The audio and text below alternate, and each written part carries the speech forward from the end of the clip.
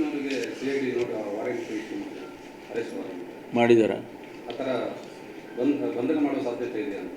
ಅಲ್ಲ ಮಾಡಿದಾರ ಇಲ್ಲ ಮಾಡುವ ಸಾಧ್ಯತೆ ಇದೆ. ಮಾಡುವ ಸಾಧ್ಯತೆ ಇದೆ.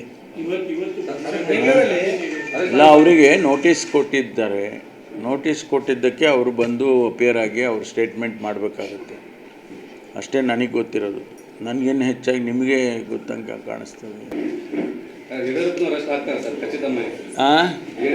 ನೋಟಿಸ್ ಕೊಟ್ಟಿದ್ದಾರೆ. ಪ್ರೊಸೀಜರಲ್ಲಿ ಅವ್ರಿಗೇನು ಮಾಡಬೇಕು, ಅವರಿಗೆ 15ನೇ ತಾರೀಕು ಒಳಗಾಗಿ ಚಾರ್ಜ್ ಶೀಟ್ ಫೈಲ್ ಮಾಡಬೇಕು ಅಂತ ಇದೆ.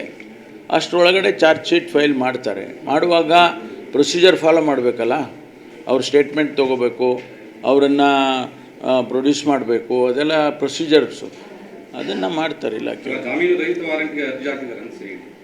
ಅಲ್ಲ ಅವ್ರು ಮಾಡೋದು ಅವ್ರು ಮಾಡ್ತಾರೆ, ಪೊಲೀಸ್ನವ್ರು ಮಾಡೋದು ಪೊಲೀಸ್ನವ್ರು ಮಾಡ್ತಾರೆ. ಅವರು ಸ್ವಾಭಾವಿಕವಾಗಿ ಅವರು ಹಾಕ್ಕೊಂಡಿರ್ತಾರೆ. ಅಗತ್ಯ ಇದ್ದರೆ ಮಾಡ್ತಾರೆ.